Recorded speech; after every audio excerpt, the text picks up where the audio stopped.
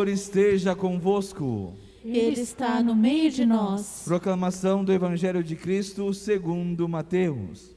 Glória a vós, Senhor.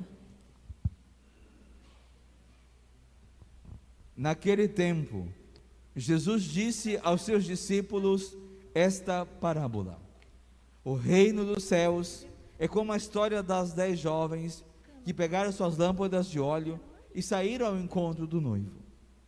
5 delas eram imprevidentes e as outras 5 eram previdentes. As imprevidentes pegaram suas lâmpadas, mas não levaram consigo o óleo. As previdentes, porém, levaram vasilhas com óleo junto com as lâmpadas. O noivo estava demorando. E todos acabaram cochilando e dormindo. No meio da noite, se ouviu um grito: o noivo está chegando, ide ao seu encontro. Então as 10 jovens se levantaram e prepararam as lâmpadas. As imprevidentes disseram às previdentes: dai-nos um pouco de óleo, porque nossas lâmpadas estão se apagando. As previdentes responderam: de modo algum, porque o óleo pode ser insuficiente para nós e para vós. É melhor ir comprar aos vendedores. Enquanto foram comprar o óleo, o noivo chegou. As que estavam preparadas entraram com ele para a festa de casamento, e a porta se fechou. Por fim, chegaram também as outras jovens e disseram: Senhor, Senhor, abra-nos a porta. Ele, porém, respondeu: em verdade, eu vos digo, não vos conheço. Portanto, ficai vigiando, pois não sabeis qual será o dia e nem a hora. Palavra da salvação. Glória a vós, Senhor. Hoje, com licença litúrgica, a gente convida aqui o nosso irmão Moisés Rocha. Você nos apresentou, né, irmão? Pô, você sabe direitinho quem é ele ou não? Hã? Vamos lá, irmão, quando a gente vai começando aqui, vai. De onde que ele é? Vamos ver se você sabe mesmo. Qual a cidade dele? Cidade, gente boa, tá vendo, irmão? 7 Lagoas, né? Qual é o nome da comunidade dele? Comunidade Filhos de João Batista. Como é que é conhecido, mais comumente conhecido? Como que é? O Gordinho de Minas Gerais. O Gordinho de Minas Gerais, né? Qual que é o número do meu RG? Tá vendo, meu irmão? Tá vendo? Irmão, que o Senhor te conduza nessa noite, também que possa fazer de você um instrumento para nos ajudar nessa noite, ajudar toda a igreja que está agora reunida aqui, na Paróquia Santa Rita de Cássia, o futuro santuário, e também em casa, acompanhando pelo Face e pelo YouTube. Amém?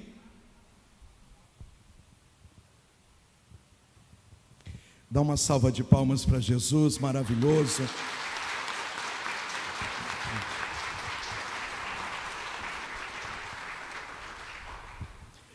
Eu não sei se você está acompanhando a liturgia dessa semana, mas a igreja está nos convidando a meditar na segunda vinda de Jesus Cristo. Na segunda-feira, São João, no Apocalipse, capítulo 21, nos contou os detalhes de como é a nova Jerusalém, o céu. E o Salmo dizia que o Senhor viria para julgar a terra inteira.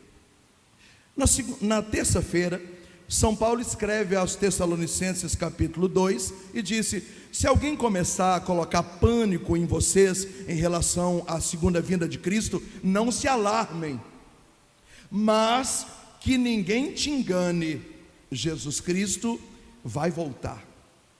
Na quarta-feira, São Paulo escreve agora no capítulo 3 a Tessalonicense, dizendo que nós precisávamos nos afastar de todos os irmãos que viviam uma vida desordeira, porque quando o Senhor voltar para julgar as nações, Ele abominará os irmãos que levam uma vida depravada. Na quinta-feira, São Paulo agora escreve aos Coríntios, dizendo que nós precisamos estar santos e irrepreensíveis para aguardar a segunda vinda de Cristo. E hoje, sexta-feira, nós nos deparamos com o Evangelho de São Mateus, capítulo 25, com a história das 10 virgens, nas quais 5 delas cometeu um pequeno deslize, na espera da chegada do noivo, que é Jesus, que vai voltar. Bate no seu peito e diga: Jesus Cristo vai voltar. O nome disso, irmãos, é escatologia. A Igreja Católica Apostólica Romana, na sua essência escatológica, declara pela Sagrada Tradição, pelo Sagrado Magistério, na Sagrada Escritura, em 19 textos bíblicos, 10 no Antigo Testamento e 9 no Novo Testamento, que Jesus Cristo vai voltar. Portanto, a volta de Jesus não é um conceito, ou uma filosofia, ou uma ideia, e nem depende da sua fé. Você acreditando ou não, querendo ou não, gostando ou não, a volta de Jesus é um fato. Jesus Cristo vai voltar e ponto final. Isso foi motivo de concílios, isso é motivo de 4 dogmas, são 7 parágrafos do Catecismo da Igreja Católica. A Igreja nos declara: Jesus Cristo vai voltar e ponto final. Mesmo com a máscara, eu quero que você olhe para a direita e para a esquerda e diga: Jesus Cristo vai voltar. Fala para quem está do outro lado: Jesus Cristo vai voltar. Tá. Talvez a grande pergunta que fazemos é: quando Jesus Cristo vai voltar? No Evangelho de São Mateus, capítulo 24, antes do Evangelho de hoje, Jesus diz que a única pessoa que sabe a data da sua volta é o Pai. Nem os anjos do céu sabem quando Ele vai voltar. Agora Paulo escreve uma outra carta escatológica para a Tessalônica, no capítulo 4, que não é o de segunda nem o de terça, é um outro, dizendo a respeito da data da vinda de Cristo: eu não tenho autorização nem para tocar no assunto, eu não quero falar disso. Portanto, se alguém aparecer, seja uma aparição mariana, ou um vidente, ou um profeta dando datas de quando Jesus vai voltar, isso é uma heresia, porque em 2000 anos de história, a igreja tem convicção de que a única pessoa que sabe a data da volta de Cristo é o Pai. Ele mesmo disse isso a respeito de si, sobre o Pai. Mas é interessante que a igreja esses dias nos convidou a meditar que Ele voltará como um ladrão, que não avisa que horas vai chegar. O ladrão pode vir de madrugada, o ladrão pode vir de tarde, o ladrão pode vir de manhã. E como nós não sabemos a que horas vem o ladrão, a teologia da igreja nos convida a ficar preparado todo dia, como alguém que não sabe que horas vem o ladrão. E se o dia de ontem não existe mais, e se o dia de amanhã não existe ainda, hoje é o último dia da nossa vida, e a igreja nos convida a amanhecer todo dia com esse sentimento: pode ser ainda hoje que Jesus Cristo vai voltar. A igreja nos convida a rezar todo santo dia com Apocalipse capítulo 22, Maranata, volta logo Senhor Jesus, vem Senhor Jesus. Portanto, hoje é dia de ser santo, hoje é dia de manter os sacramentos em dia. Como dizia Padre Pio, precisamos comungar hoje como se fosse a última vez. Hoje é dia de ser bom pai e bom marido, hoje é dia de ser boa mãe e boa esposa, porque ainda hoje, até a meia-noite, já que o dia de ontem não existe mais, o dia de amanhã não existe ainda, pode ser que o ladrão apareça ainda hoje, e então nós subiremos com ele, e haverá um novo céu e uma nova terra, e nós nos encontraremos para o julgamento final na sala do trono do leão da tribo de Judá. Pode aplaudir, pode aplaudir. É isso, é isso, é isso, é isso, é isso, é isso. Bate no seu peito e diga: Jesus Cristo vai voltar. Fala para quem está do seu lado: Jesus Cristo vai voltar. Só tem um pequeno detalhe, me pergunta qual é? Eu achei horrível, me pergunta qual é? Embora nós não saibamos quando Jesus vai voltar, amém? As mensagens de Nossa Senhora em Fátima, Lourdes, La Salette, Medjugorje, Garabandal e Guadalupe dizem que algumas coisas acontecerão antes de Jesus voltar. E se nós prestarmos muita atenção nestas coisas, nós saberemos que a vinda de Jesus está muito próxima. Se fosse apenas aparições marianas, por si só, e não tivesse confirmação da doutrina católica, talvez você poderia dizer: você pregou, eu entendo, eu concordo, mas eu não acredito em aparições marianas. Só que Nossa Senhora é maravilhosa. A mística nunca vai ser contraditória à doutrina, porque a doutrina está acima da mística. Qualquer aparição que falar algo contraditório à doutrina é uma heresia. Mas tudo aquilo que as mensagens mais conhecidas de Nossa Senhora tratam a respeito da vinda de Cristo está no Catecismo da Igreja Católica, parágrafo 675. O sentimento que eu tenho é que Nossa Senhora, antes de dar os detalhes da vinda de Cristo, leu o Catecismo da Igreja Católica. O que é que Nossa Senhora e o Catecismo da Igreja Católica dizem que vai acontecer antes de Jesus voltar? Primeira coisa, diga comigo: um terrível esfriamento espiritual. Bate no seu peito e diga: haverá um terrível esfriamento espiritual. E aqui eu quero entrar com você no contexto anterior à pandemia, porque agora na pandemia está pior. Gente, eu estou há 25 anos pregando pelo mundo afora. Essa ideia de que todo mundo fica falando de Deus, isso é uma ideia mentirosa. Porque ficar passando frasezinha pronta em grupos de WhatsApp não significa atestado de catolicidade. A verdade é que hoje, a cada 10 casais, 7 não se casam na igreja. O sentimento que nós temos é que o sacramento do matrimônio parece que é uma instituição falida, porque de 10 casais, 7 não casam, e os 3 que casam se separam nos primeiros anos de casado. A verdade é que a maioria das crianças nascem hoje e vivem como pagãos, porque enquanto os pais e os padrinhos não têm condição de fazer uma festa, ninguém está preocupado em batizar os filhos, e não está mesmo. Eu sou daquela geração que escutava Padre Jonas pregar sobre jejum de Sara e Tobias. O nosso sonho no grupo de oração era casar virgem, é ser santo. A geração de hoje não tem mais esse sentimento de pureza. A geração não reza mais o rosário, sequer às vezes um terço de 15 minutos.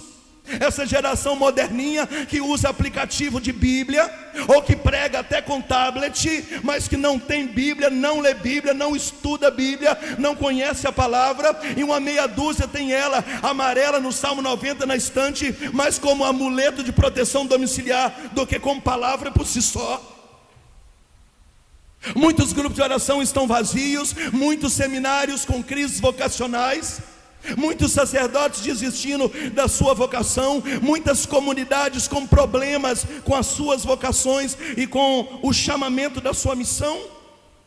A verdade é que a gente vai pregar nos lugares e a gente tem o sentimento de Ezequiel, capítulo 37. Parece que nós vamos pregar para ossos ressequidos. As pessoas não sorriem, não aplaudem, não ajoelha, não ora, não abre a boca, não confessa, não comunga, não traz Bíblia, não anota, não grava. Eles só querem esperar uma oportunidade, porque a barriga está doendo, para pedir você um conselho, uma oração, porque essa geração quer bem-estar, mas ela não quer ter comunhão com a pessoa de Jesus Cristo. E para mim que estou só na estrada, isso é frustrante. O sentimento que eu tenho é que eu não converto mais ninguém, porque eu só prego para gente de igreja. Aqui não tem pagão no meio de nós. Eu deveria estar em Londrina pregando nas praças, nos prostíbulos, nas periferias, mas eu estou pregando para quem na teoria já sabe de tudo. Porque a geração de hoje não consegue chegar na presença de Deus. Esfriamento espiritual é isso. Ninguém comunga, ninguém confessa, ninguém jejua, ninguém faz penitência, ninguém mais tem visão de sagrado. Porque lá em Minas, por exemplo, tem até aquele lance cultural. Em Minas é cultural procissão da Sexta-feira da Paixão. E hoje em dia nem a procissão da Sexta-feira da Paixão tem gente. O sentimento que nós temos é que as pessoas estão cada vez mais rebeldes, cada vez mais longe da igreja, com menos oração, com menos valores. É um terrível esfriamento, abatimento espiritual. Diga para quem está do seu lado: o trem está feio. Está feio. Alguém me ouve e entende o que eu falo? Diga bem. Você tem o mesmo sentimento que eu, que o trem está feio? Na pandemia multiplicou por 10 vezes. Porque por 2 meses todo mundo começou aquela rezação e fazendo live. Texto da misericórdia, texto da providência, texto da conquista, novena do sagrado, novena do sangue, novena na mão, novena da chaga, novena do pé, novena da cabeça, novena. Quando todo mundo percebeu que as coisas não iam voltar ao normal, acabou novena, acabou live, acabou e tal, acabou tudo, porque era medo da morte, não era comunhão com Deus. Você está me entendendo? Tanto é que eu conheço padres que têm 20 mil paroquianos, que fizeram investimentos caros para transmitir missa ao vivo. Dava 6, 9, 20, 40 pessoas nas lives de missa. Porque durante a pandemia, aquela luta que já era igreja ficou pior, porque as pessoas passaram a viver como pagãos. Não, mas elas não estavam na live porque elas estavam assistindo missa pela televisão. Esse é o problema. Para aquela missa ter valor espiritual, você precisa botar uma calça, colocar uma vela acesa perto da televisão, canto de entrada, você está de pé, oremos, você está de pé, consagração, você ajoelha. É missa quase que presencial. O detalhe é que na hora da comunhão você ajoelha e faz a sua comunhão espiritual. Teve gente assistindo missa debaixo da coberta, de bermuda, de chinelo, fazendo comida e achando que na hora da comunhão estava fazendo comunhão espiritual. Você assistiu missa, você não fez comunhão espiritual. Então durante 5 meses a maioria dos católicos viveram como pagãos. Eu achei bonitinho as minhas filhas tomando banho para pôr roupa nova para missa na TV, porque nós estamos indo para missa. Só que o detalhe é que agora a igreja é a sala da minha casa. Uma casa que já era igreja doméstica, agora passou a ser uma igreja, com exceção em tempos de pandemia. Hashtag fique em casa e faça dignamente comunhão espiritual. Esse era o projeto. O projeto não é deixar a televisão falando sozinho, a internet falando sozinho, o rádio gritando sozinho, e você vivendo em casa, achando que em casa estava tendo comunhão com Deus. Você está me ouvindo ou não está me ouvindo? Resumindo que eu não sei como é que nós vamos trazer de volta o povo para a igreja. Resumindo que estava todo mundo pressionando os padres e os bispos, tem que abrir as igrejas. E nenhum lugar do Brasil que eu estou pregando há 2 meses que as igrejas abriram, tem gente enchendo a igreja. A verdade é que paróquias que estão cabendo 140 pessoas, está indo 20. Porque essa paixão por missa era mentira. Porque ninguém está querendo voltar para a igreja, ninguém. E eu não sei o que nós vamos fazer. Porque agora as pessoas colocaram na cabeça que o dia que ela não quiser a missa, já que em tempos de pandemia comunhão espiritual era a mesma coisa, então por que fora da pandemia missa na TV não é a mesma coisa? Então as pessoas que já iam à missa quando quer e quando der, agora entenderam que não precisa mais cumprir preceito, não precisa mais ter comunhão com Deus. Como é que nós vamos comungar de novo? Como é que nós vamos levantar as pastorais tudo de novo? Agora que nós descobrimos QR Code, como é que você paga dízimo agora? Porque todo mundo criou um novo modelo de história, um novo modelo de sociedade, um novo modelo de igreja. Só tem um detalhe: a igreja não é virtual, a igreja é presencial. Tem que congregar de novo, tem que voltar para a igreja de novo, tem que comungar na boca outra vez, e tem que orar de novo, e tem que pagar o seu dízimo de novo. Pode aplaudir, é isso. É isso. Esse discurso não é meu. 45 dias atrás, o Papa Francisco disse que estava preocupado que as missas voltando, que os sacerdotes ficassem acostumados a se esconder atrás de tela, de tablet, de computador, para ficar vivendo vida online. E ele diz: a igreja não é virtual, ela é presencial. Tem que ter pastoral de novo, tem que ter movimento de novo, tem que voltar para a igreja de novo, claro, com protocolo, com obediência, tudo certo, como manda a ordem da saúde, sim, mas tem que voltar. Inclusive, deixa eu te falar, nas paróquias que já voltaram, se você não faz parte do grupo de risco, missa pela TV e live já não funciona mais para você. Você tem que vir ficar aqui conosco aqui. Fala para quem está do seu lado: a paróquia é o seu lugar, pode voltar. Fala para quem está do seu lugar. É isso aí, Moisés. Paróquia é seu lugar. Você sabe para quê que depois da pandemia vai continuar tendo live e missa pela TV?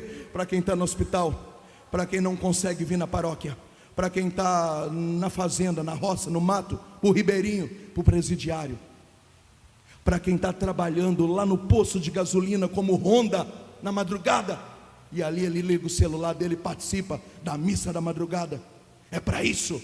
Para você, acabou. Hashtag vem congregar na sua paróquia de novo. Agora, como que nós vamos fazer isso? Eu não sei, porque se o esfriamento espiritual já era terrível, a minha pergunta é: como é que nós vamos trazer de volta o povo para a igreja? Para eu mudar de assunto, o menos pior da pandemia foi o vírus. Para mim, o pior é que destruiu a fé das pessoas. Pessoas que caminhavam não caminharão mais. Gente que coordenou não coordenará mais. O medo, o pânico tomou conta das pessoas. E eu não sei o rumo da fé católica depois que tudo isso passar. Muitos sacerdotes doentes, muitos cansados. Eu tenho pregado em lugares que padres já podem voltar à missa, não querem voltar. Alguns não têm mais condição emocional de reconstruir. Fala para quem está do seu lado: um terrível esfriamento espiritual. Aqui não tem um culpado. Vai acontecer. O parágrafo 675 do Catecismo e as mensagens de Nossa Senhora diz que para Jesus voltar, tudo isso precisa acontecer antes da volta dele. Aqui o meu discurso não é que a pandemia é um sinal da volta de Cristo. Não. O meu discurso é: eu já estou há 10 anos pregando sobre esfriamento espiritual, abatimento espiritual. A situação já estava feia e com a pandemia ela se intensificou, ficou mais grave, mais aguda. E por causa de tudo isso, nós cremos que Jesus está para chegar. Isso é fé da igreja. Você está entendendo minha pregação, amém? Bate no seu peito e fala: eu estou entendendo, Moisés. Jesus Cristo vai voltar. E um dos sinais da volta de Cristo é um terrível esfriamento espiritual. Se você não é mineiro, tem vontade de ser, ou já quis ser, fale comigo: o trem está feio e tende a piorar. Meu Deus do céu. Eu não quero só que você saiba disso, eu quero que você lute contra isso. Se ninguém quer vir, vem você. Se ninguém vai fazer, faz você. Tome decisões. Retome a sua história. Claro, alguns precisarão continuar sendo evangelizados pela internet, e o próprio Papa Francisco diz que hoje a internet é um grande, fecundo campo de fazer missão. Mas precisamos voltar. Você precisa voltar e voltar e voltar a rezar, e voltar a ler Bíblia de novo, e voltar a rezar o rosário outra vez, e voltar a fazer penitência. Nós estamos aí em plena quaresma de São Miguel Arcanjo. Você precisa voltar e retomar o combate espiritual. A luta agora nem é mais a pandemia, porque nós sabemos que enquanto não tiver uma vacina, aparentemente parece que as coisas não tendem a voltar ao normal. A nossa vida não pode parar. Você precisa voltar a ter dignidade, a ter brilho nos olhos de novo, a ter sorriso outra vez, mesmo dentro da máscara. Você precisa voltar a ter o coração ardendo, porque o Espírito Santo é maior do que tudo isso. Por isso que há 3 semanas atrás, Jesus disse: não tenhais medo daquele que mata o corpo, mas não pode matar a alma. A pandemia não pode matar a sua alma, não pode, não pode. Você vai ter que lutar para não esfriar na fé. Diga aleluia. E luta, e luta, e luta, e luta. Cai, levanta, chora, confessa, comunga, dentro do protocolo, dentro daquilo que é preciso fazer. E eu estou convidando você, em nome de Jesus, a nós inflamarmos nossas paróquias pelo poder do Espírito Santo. Ai, Moisés, mas você sabe, né, Moisés? Porque não, eu não sei de nada. Sei não. Fala para quem está do seu lado: em nome de Jesus, você vai levantar, é hoje. É hoje. Eu estou falando alguma besteira, padre? Não. Beleza, ainda não, ele falou. A gente corrige. Segunda coisa que Nossa Senhora e o Catecismo da Igreja Católica, parágrafo 675, dizem que vão acontecer antes de Jesus voltar. Primeiro, um grande esfriamento. Segundo, uma palavrinha difícil de lidar. Diga comigo: relativismo. Fala para quem está na esquerda e direita: relativismo.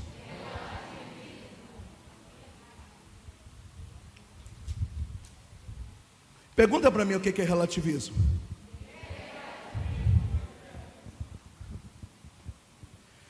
O pecado vai entrar na vida das pessoas, na casa das pessoas e em nossas paróquias como se fosse normal.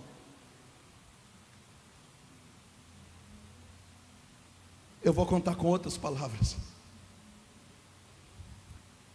No evangelho de umas 2 semanas atrás, no evangelho não minto, na segunda leitura, foi a carta de São Paulo aos Coríntios, capítulo 10. E São Paulo diz assim: irmãos, por um acaso o cálice que consagramos no altar não é a comunhão com o corpo de Cristo? E as vítimas oferecidas nos altares pagãos não são comunhão com os demônios? Eu, Paulo, não admito que tenhais comunhão com o corpo do Senhor e com o corpo dos demônios, com o cálice do Senhor e com o cálice dos demônios ao mesmo tempo, como se isso fosse normal. Alguém vai dizer: eu tudo posso. Eu, porém, vos digo: nem tudo me convém. Ou quereis provocar a ira de Deus? O que Paulo está dizendo, que sagrado e profano não podem conviver juntos como se fossem irmãos gêmeos. Nós estamos vivendo uma fase onde tudo é normal. Então o demônio não existe, pecado não existe.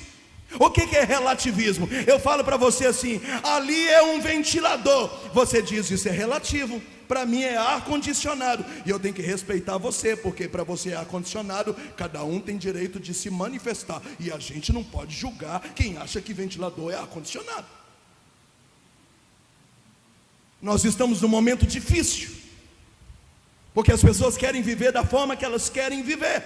E quem falar contra é radical, é fanático, é alienado, é doido. Por quê? Vai chegar no momento em quem quer ser santo é um idiota, e o pecado é normal.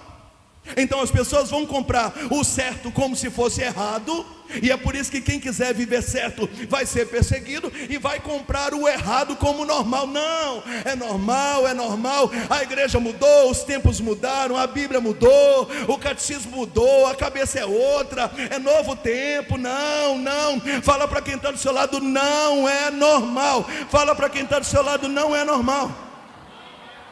Não é. Não é. E é isso que São Paulo está falando hoje na primeira leitura. São Paulo está dizendo, irmãos, eu sinto vergonha, porque tem muitos aí se comportando como inimigo da cruz de Cristo. O Deus dele é o ventre, eles só olham para o próprio umbigo. Não sigam eles. Paulo diz, podem me imitar, porque eu imito a Cristo. Negócio de cruz, sofrimento, não. Você precisa se sentir bem. Deus quer o melhor para você. Aí vem as frases de efeito: o melhor de Deus está por vir, aleluia. O choro pode durar uma noite, mas a vitória vai amanhecer, vai dar certo, acredita em você.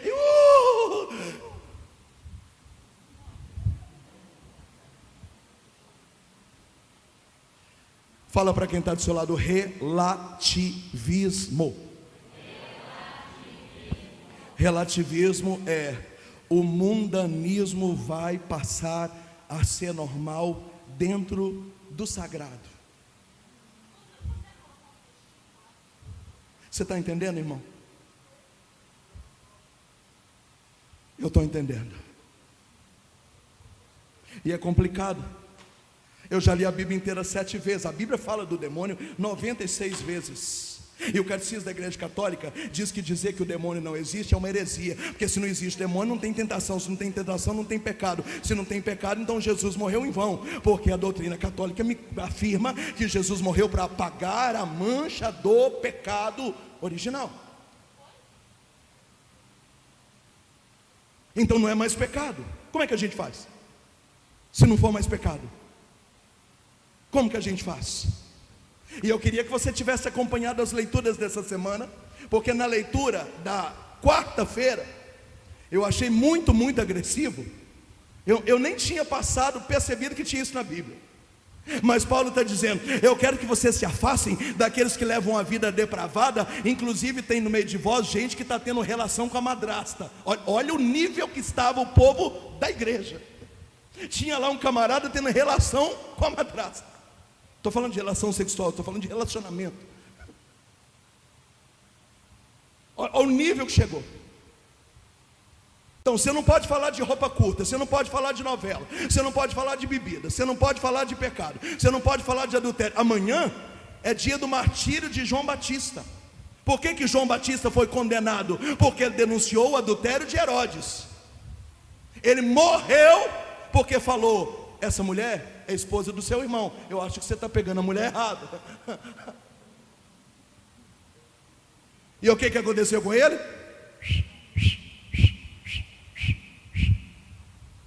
E hoje nós estamos vivendo cada vez mais as mesmas coisas. Vai ficar muito difícil ser cristão. Muito difícil ser cristão, porque tudo vai ficar normal, normal, normal, normal, normal. Alguém me ouve e diga amém. Quem está entendendo o que eu estou falando, diga amém. Nossa Senhora disse em várias mensagens, e o Catecismo da Igreja Católica também disse, que para Jesus voltar, isso vai ter que acontecer. E o que eu posso pedir de você que está me ouvindo, porque os outros não estão me ouvindo, é que você lute contra isso. É que você siga o que São Paulo falou ontem aos Coríntios: vocês precisam ser santos e irrepreensíveis até a vinda de Cristo. Fica firme. Não deixe o pecado entrar na sua casa. Não deixe. Não deixe o mundanismo entrar dentro da sua mente. Não comece a achar que tudo é normal. Não faça isso. Não faça. Seja manso como a pomba, prudente como a serpente. E comece a lutar e lutar e lutar, dizendo: eu preciso ser santo, eu preciso andar como gente santa, vestir como gente santa, eu preciso falar a palavra de gente santa, eu preciso ter redes sociais como gente santa tem, porque tem gente que está dentro da igreja, mas as redes sociais é uma bagunça de contra-testemunho. Alguém me ouve?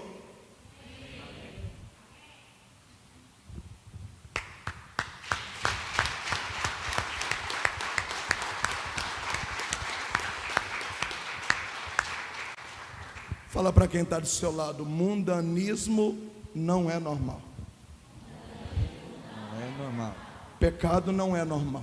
Pecado não é normal. O normal é santidade.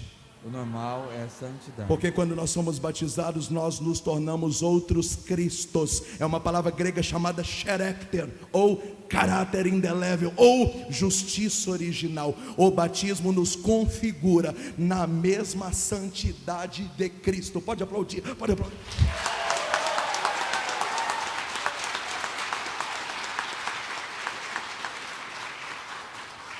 Terceira e última coisa que as mensagens de Nossa Senhora e o catecismo diz que vai acontecer antes de Jesus voltar. Diga comigo: apostasia. Fala para quem está do seu lado: apostasia. Você sabe o que é apostasia? É a pessoa que acredita e chora e arrepia e aplaude, e vai na Canção Nova, Rádio Católico, Retiro, Rebanhão de Carnaval, uhul! Mas quando a vida cobra dela uma decisão, ela anula tudo que ela aprendeu e se bandeia para o lado de lá. A apostasia, tecnicamente, é a negação da fé. É o que acontece, por exemplo, nas zonas de terrorismo. Alguém pega você pelo cabelo, coloca uma espada, uma faca no seu pescoço e diz: renuncia a Jesus Cristo. Você diz: não. Morreu. É mártir. Por que ele foi mártir? Porque ele não quis se apostatar da fé. Mas eu me preocupo com uma apostasia muito sorrateira e cotidiana. Vou dar um exemplo. Começa a fazer faculdade. E eu escuto isso todo dia, padre. A pessoa chega para mim chorando, dizendo: Moisés, a gente não podia engravidar. A renovação da cidade inteira orou por nós. E nasceu o moleque. Batizamos. Primeira coisa que esse menino fez foi orar em língua. Antes de falar papai e mamãe, ele falou xarabalá, xarabalá. Foi coroinha, cantou na missa, ministro de louvor, tocava teclado, um dom maravilhoso. A gente até achou que ia ser praga. Com 17 anos, o moleque entrou na faculdade e com 2 meses disse para nós que é ateu, que não quer mais saber da igreja. O que eu faço? Falei: a vontade é mandar matar. Então a pessoa a vida inteira esteve dentro da igreja. Quando é colocada à prova, a decisão é: ou eu enfrento, e isso é martírio. É claro, não tem tempo aqui, mas tem o martírio branco, o martírio cinza, o martírio vermelho, o cruento, o incruento. Eu não tenho tempo para aqui dar uma catequese sobre martírio. Mas ou ela enfrenta o martírio, dizendo: então eu saio da faculdade, eu perco a sua amizade, eu perco o namoro, eu cancelo o meu custo, mas eu não nego a minha fé.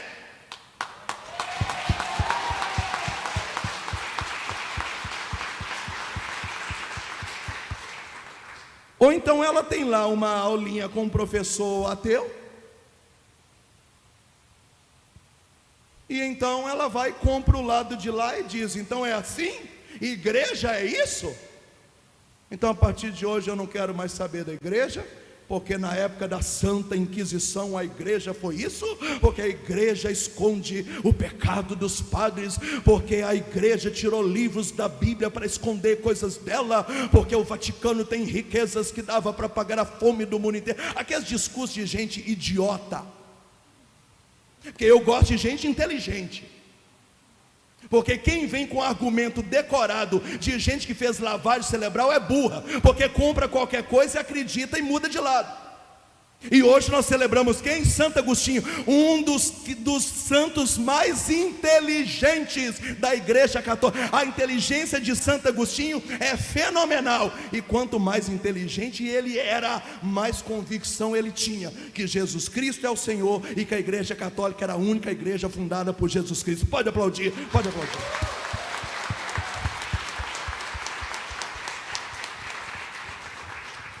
E é interessante que essa pessoa que entrou para a faculdade e diz que agora não acredita mais em Deus e não quer saber da igreja, é porque ela encontrou na faculdade o paganismo, que ela mata a aula sexta-feira, maconha não é mais droga, a castidade foi para o espaço, aborto é normal, já fez uma tatuagem, já mudou o corte de cabelo. Ou seja, o problema não estava com a igreja, é que ela se apostatou da fé para abraçar o mundanismo como forma de vida. Eu já disse em outras pregações e eu repito, eu queria 5 minutos com um miserável desse trancado numa sala, só 5. Só 5 minutos eu queria. 5 minutos. Eu queria 5 minutos, ou com ele ou com o professor dele. 5 minutos, no campo das ideias, aqui ó, de papo de olho no olho. 5 minutos eu queria. Um bando de gente que é metido a inteligente e a racional, mas fica cético, vira pagão, porque não consegue ter controle da mente. Por isso que Santa Teresa dava, inteligentíssima, falava: cuidado com a mente, porque a mente é a louca da casa. Cuidado com a sua cabeça. É por isso que Jesus agora conversa com Nicodemos, e na conversa com Nicodemos começa o tempo inteiro a ficar meio confuso, e Jesus olha para ele e fala: quer saber uma coisa? Se você não nascer de novo, você não vai ver o reino de Deus, porque aquele que nasce da carne é carne, aquele que nasce do Espírito é Espírito, e o vento sopra onde quer, você ouve o ruído, mas não sabe de onde vem. É assim que acontece com aquele que nasceu do Espírito. Você está entendendo? Nicodemos falou: não. Ele falou: é por isso que não dá para conversar com você, você é tão inteligente que é burro. Fala para quem está do seu lado: cuidado com a apostasia. 99% dos cristãos que estão entrando nas faculdades, nas universidades, e está dando neles uma diarreia mental. Alguém sabe o que é diarreia mental? Bosta na cabeça.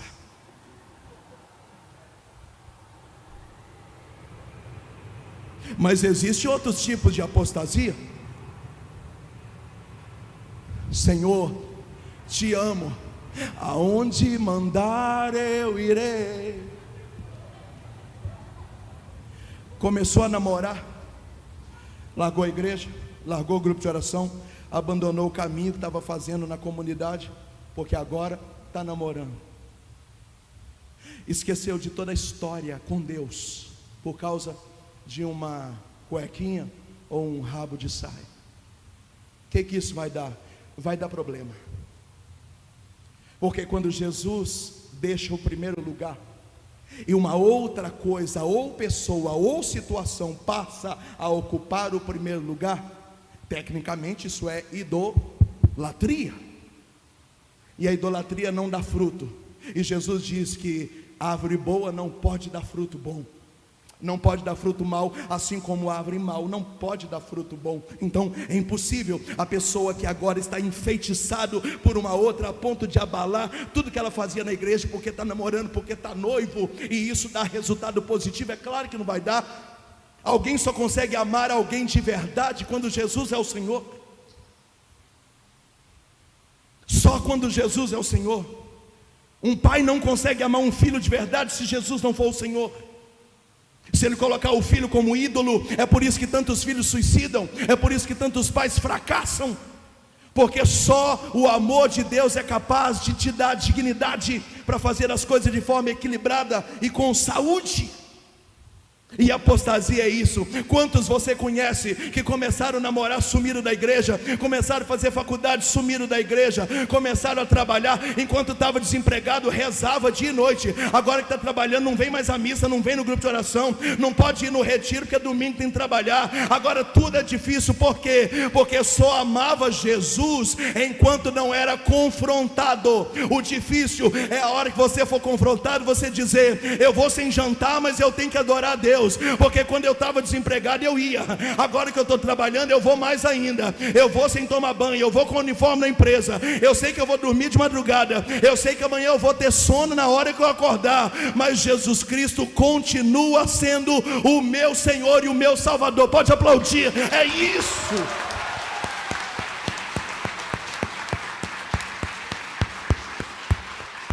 E se eu tiver que fazer uma escolha, fico com Jesus e o resto roda. Não é isso que acontece com os mártires?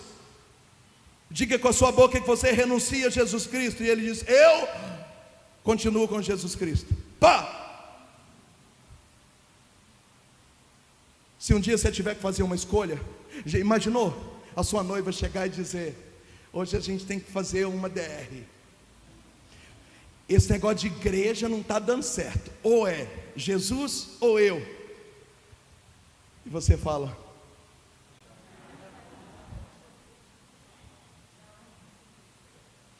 some da minha vida enquanto é tempo. Porque quando você chegou na minha vida, Jesus já era o Senhor e eu já tinha dono.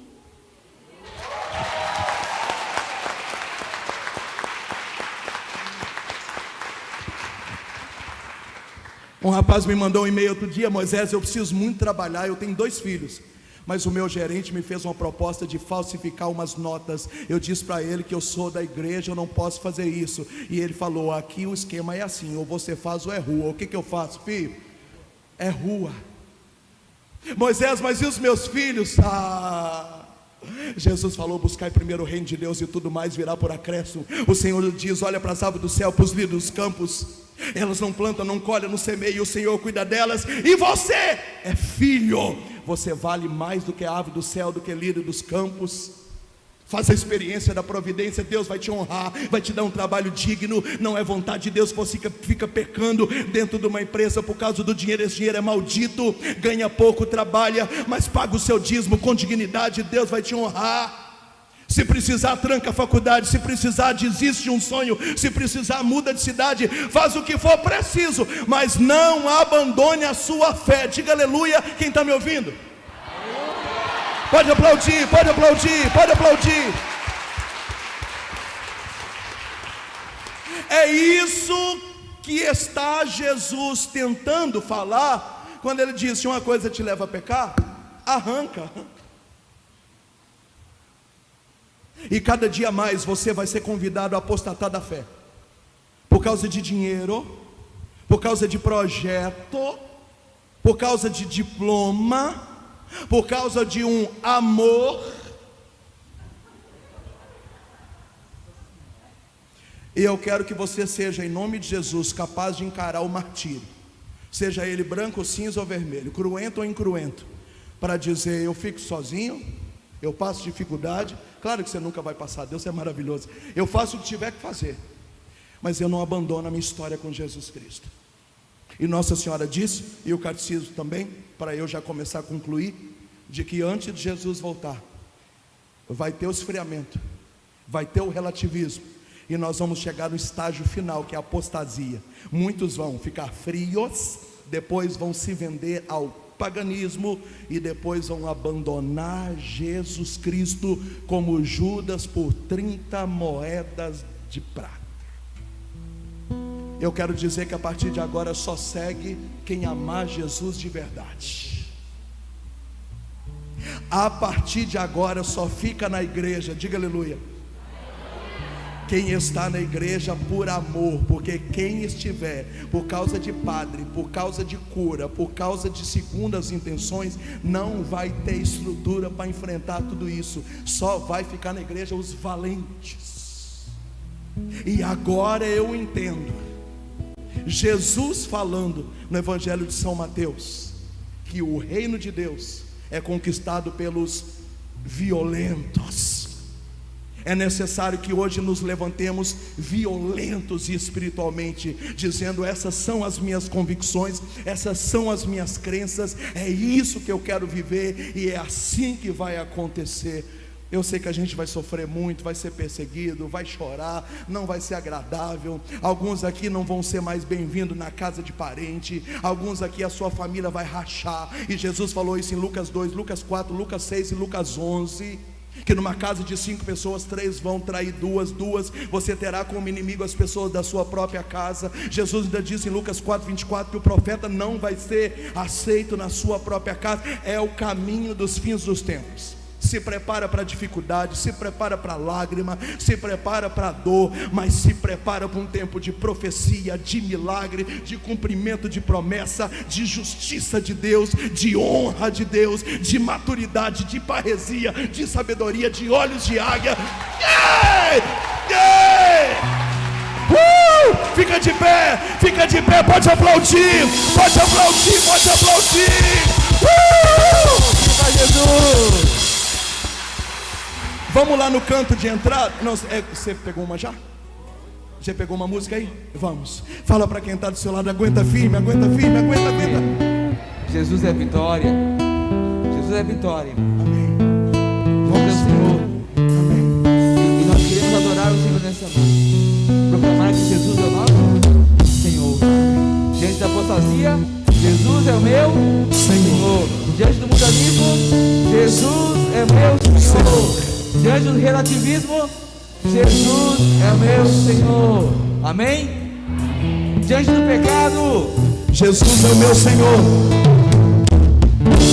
Levante os seus braços, vamos cantar. Para a gente rezar um pouquinho para concluir a oração.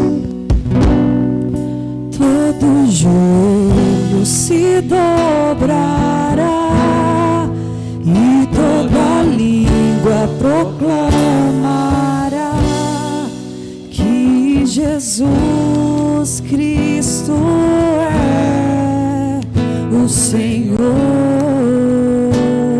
Canta, canta, canta você. Todo joelho se dobrará e toda língua proclamará Que Jesus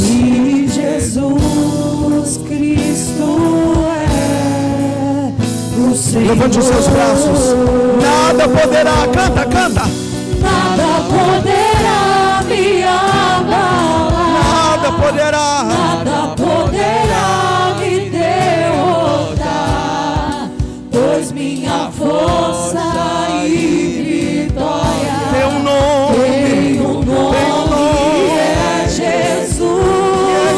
Nada poderá me abalar. Nada poderá. Nada poderá me derrotar, pois minha força e vitória é Jesus. Segura para mim.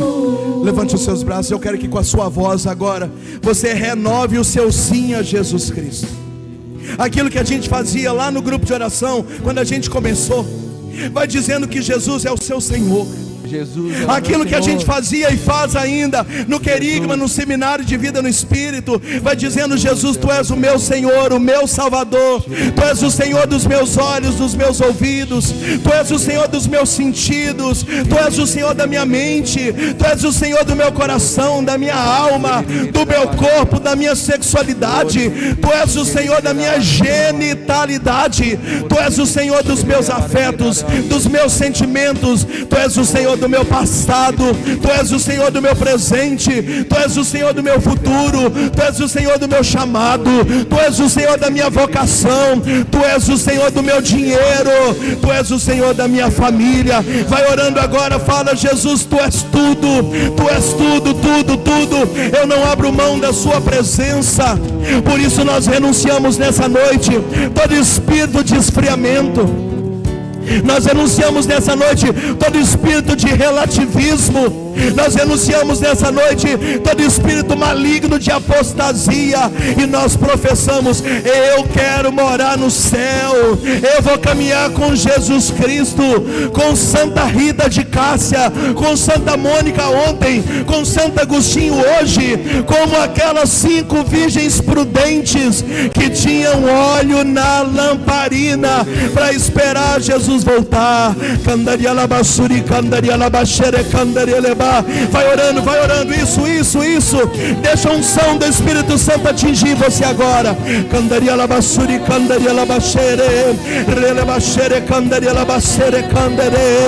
Nós queremos ser libertos nessa noite de toda fraqueza. Você que estava rastejando, você que estava empurrando a sua vida, o Senhor está libertando você de toda prostração, dessa saudade, desse sentimento de escravidão pela derrota.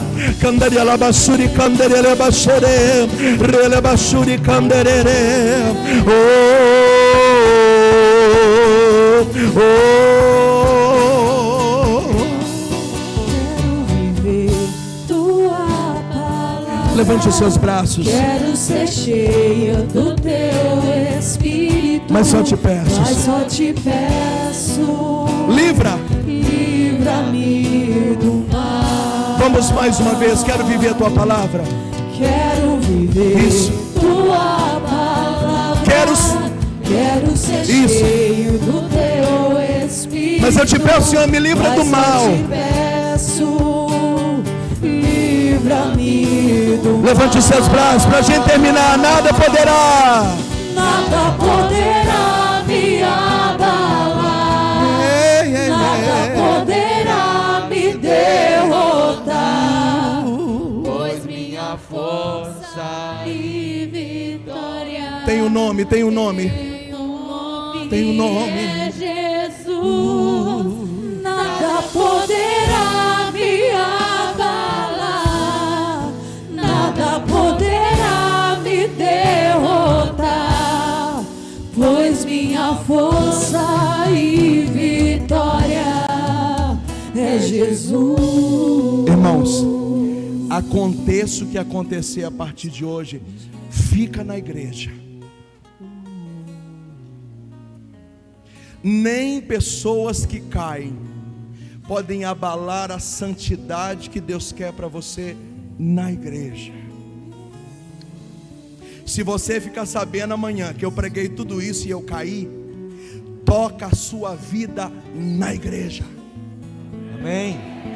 Amém. Viva a igreja de Jesus! Viu, Moisés? Moisés, você sabe que eu estava com saudade disso já, irmão? Saudade, irmão.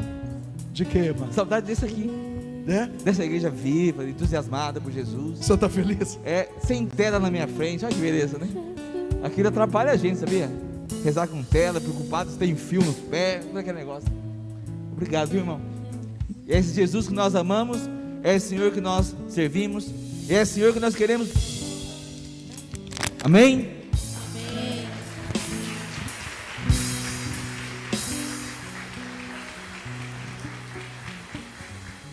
Nós agradecemos ao nosso irmão, né? Que nos ajudou nessa noite. E diante do altar nos apresentamos agora, junto com as ofertas do pão e do vinho, para que o Senhor renove a nossa fé, nossa alegria, nossa coragem, né? Nossa coragem de sermos só dele. Amém? Por conta dos protocolos, as nossas ofertas, a gente não sai do lugar. Ficamos aí na saída, né? Depois a gente coloca aí nas urnas que estão por aí, tá bom?